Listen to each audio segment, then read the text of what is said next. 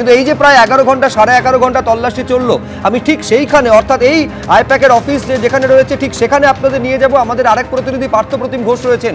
ঠিক কোন কোন বিষয় আজকে খতিয়ে দেখা হলো, তার কারণ তৃণমূলের শীর্ষ নেতৃত্ব তারাও তো সেখানে উপস্থিত ছিলেন এই গোটা তদন্ত প্রক্রিয়া চলাকালীন। পার্থ,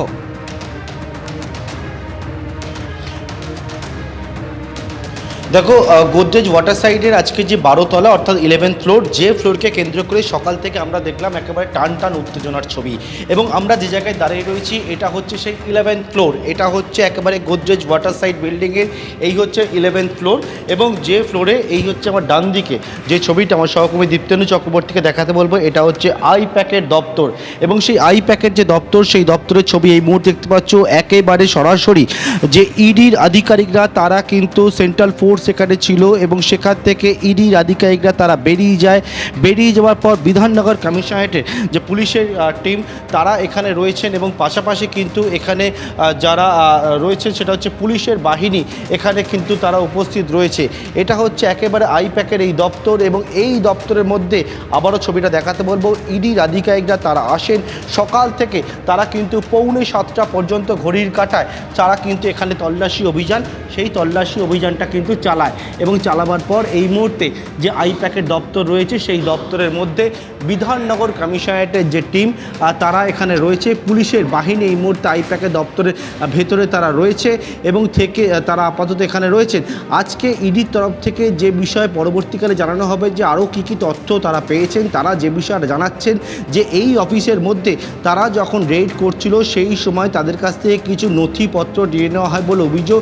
এবং মুখ্যমন্ত্রীর নাম তারা কিন্তু একবার প্রেস রিলিজের মধ্যে উল্লেখ করেন।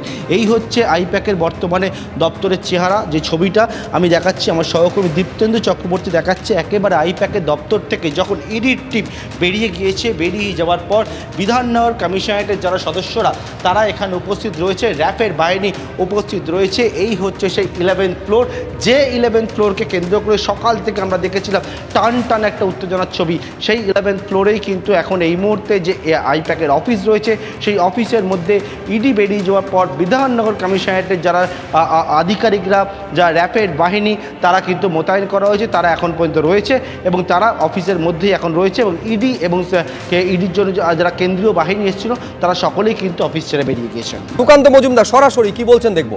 কোনো অফিস তৃণমূল কংগ্রেসের নামে কোনো রেজিস্ট্রেশন করা আছে?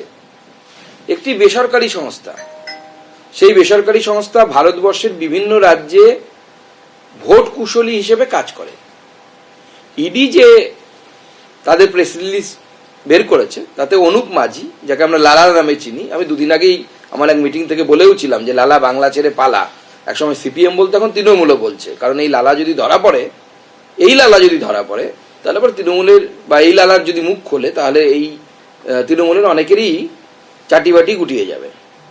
আজকে সেই লালার কেসে ইডি একটি বেসরকারি সংস্থার অফিসে গেল। তাহলে আমার প্রশ্ন হচ্ছে, যেটা পাহারা দিচ্ছে তৃণমূলের তাবর নেতারা, দৌর্দত্য প্রতাপ নেতারা এবং মমতা বন্দ্যোপাধ্যায় দৌড়ে গেলেন, সেটা কি একটি বেসরকারি কোম্পানিকে বাঁচানোর জন্য একজন মুখ্যমন্ত্রী দৌড়ে যাচ্ছেন? তার থেকেও বড় প্রশ্ন যে যদি এটা না হয় তাহলে কি তৃণমূল কংগ্রেস কোনো বেসরকারি সংস্থা খুলেছে, বিজনেস শুরু করেছে, যে যারা অন্যান্য রাজ্যে, যেমন বিহারেও আইপ্যাক কাজ করেছে, এর আগে তেলেঙ্গানাতে আইপ্যাক কাজ করেছে, দিল্লিতে আইপ্যাক কাজ করেছে, এমনকি একটা সময় বহু আগে যদিও গুজরাটে বিজেপির হয়ে আইপ্যাক কাজ করেছে।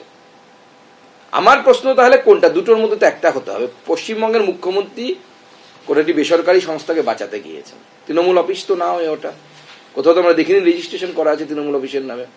না হয় তৃণমূল কংগ্রেস একটি ব্যবসা খুলেছে। কোনটা আজকে আমরা তৃণমূল কংগ্রেসের কাছ থেকে জানতে চাই। আর যদি বেসরকারি কোনো কোম্পানিকে মুখ্যমন্ত্রী বাঁচাতে যান এবং এইভাবে বাঁচাতে যান, মুখ্যমন্ত্রী সিকিউরিটি নিয়ে গেছেন কিনা জানা নেই। মুখ্যমন্ত্রীর পেছনে দেখলাম নন্দিতা চক্রবর্তী, সরি মাননীয়া নন্দিনী চক্রবর্তী, তিনি ঘুরে বেড়াচ্ছেন। কেন সিএস কেন যাবেন? আপনার কি ট্রেনিংটা কি ঠিক হয়নি নাকি আইএস এর? আপনি কি করতে পারেন কি করতে পারেন? একটা পার্টির অফিস, যেটাকে মুখ্যমন্ত্রী ক্লেম করছেন যে এটা পার্টির অফিস, পার্টির অফিস বাঁচাতে গিয়ে আপনি মুখ্যমন্ত্রীর সাথে চিফ সেক্রেটারি যাবে? আমি তো নির্বাচন কমিশনকে বলবো এখন থেকে নোট নিয়ে রাখুন, এই চিফ সেক্রেটারি যদি থাকে তো তৃণমূল পার্টি অফিসে গিয়ে বাসন মাজবে এই চিফ সেক্রেটারি। এই চিফ সেক্রেটারি তো পদলেহন করতে এসছে। অদ্ভুত ব্যাপার। একজন চিফ সেক্রেটারি চলে যাচ্ছে বেসরকারি কোম্পানিকে বাঁচাতে। আমরা জানতে চাই যে এই কোম্পানির সাথে নন্দিনী চক্রবর্তীর সম্পর্ক কি, মমতা বন্দ্যোপাধ্যায়ের সম্পর্ক কি, মমতা বন্দ্যোপাধ্যায়ের পরিবারে কি শেয়ার কেনা আছে এই কোম্পানির? শেয়ার মার্কেটে আছে কিনা আমার জানা নেই, কিন্তু যদি থাকে তাহলে কি শেয়ার কেনা আছে? এই প্রশ্নের জবাব কিন্তু বাংলার মানুষ চাইছে। একটা গাড়িকেও ক্রমাগত আড়াল করার চেষ্টা করা হয়েছে, সম্ভবত 4টে গাড়ির নাম্বারটা যাতে না প্রকাশিত হয়, একটা আড়াল করার চেষ্টা করা হয়েছে। এর পেছনে কোনো রহস্য আছে? দেখুন, আমি আপনার এই প্রশ্নের উত্তরে একটু ইতিহাস টানতে চাই। মাননীয় মুখ্যমন্ত্রী যখন প্রথম মুখ্যমন্ত্রী হলেন 2011 সালে, তৃণমূলের দুটি গোষ্ঠীর মধ্যে গোষ্ঠীদ্বন্দ্ব হয়েছিল। উনি থানাতে গিয়ে পুলিশ মন্ত্রী হওয়া সত্ত্বেও পুলিশের উপর চিৎকার করে অপরাধীদেরকে বের করে এনেছিলেন। তারপরে রাজীব কুমার তখন তার জন্য ধর্নায় বসেছিলেন। তারপরে ফিরহাদ হাকিম তার জন্য গিয়ে ইডির অফিসের সামনে ধর্নায় বসেছিলেন। আজকে দেখলাম ফাইল ছিনতাই করে নিয়ে চলে গেলেন। শুধু তাই নয়, তিনি একটি গাড়ি নিয়ে এসেছিলেন, সেই গাড়ির নাম্বার যাতে ক্যামেরার সামনে না পড়ে সেটা তৃণমূল কংগ্রেসের কোনো একজন বা পুলিশের কেউ এইভাবে দুহাত তুলে যিশুখ্রিস্ট হয়ে ওই নাম্বার ঢাকা দেওয়ার চেষ্টা করেছিল। আমি এটা বের করেছি, এটা হচ্ছে সেই গাড়ির নাম্বার যে গাড়িটা নিয়ে মুখ্যমন্ত্রীর ফাইল এসেছে আজকে, চুরি করা ফাইল। মুখ্যমন্ত্রীর ফাইল চুরি বা ছিনতাই বলা ভালো, এটা চুরি তো অজান্তে হয়। উনি ইডি অফিসারদের সামনে ফাইল ছিনতাই করে এসেছেন, ছিনতাই করে নিয়ে এসেছেন। পশ্চিমবঙ্গের মুখ্যমন্ত্রী যে ছিনতাইবাজ, এটা কিন্তু আমাদের জানা ছিল না। কিন্তু আজকের ঘটনা প্রমাণ করলো মুখ্যমন্ত্রী, মাননীয় মুখ্যমন্ত্রী পশ্চিমবঙ্গের, তিনি একজন পাকা ক্রিমিনাল।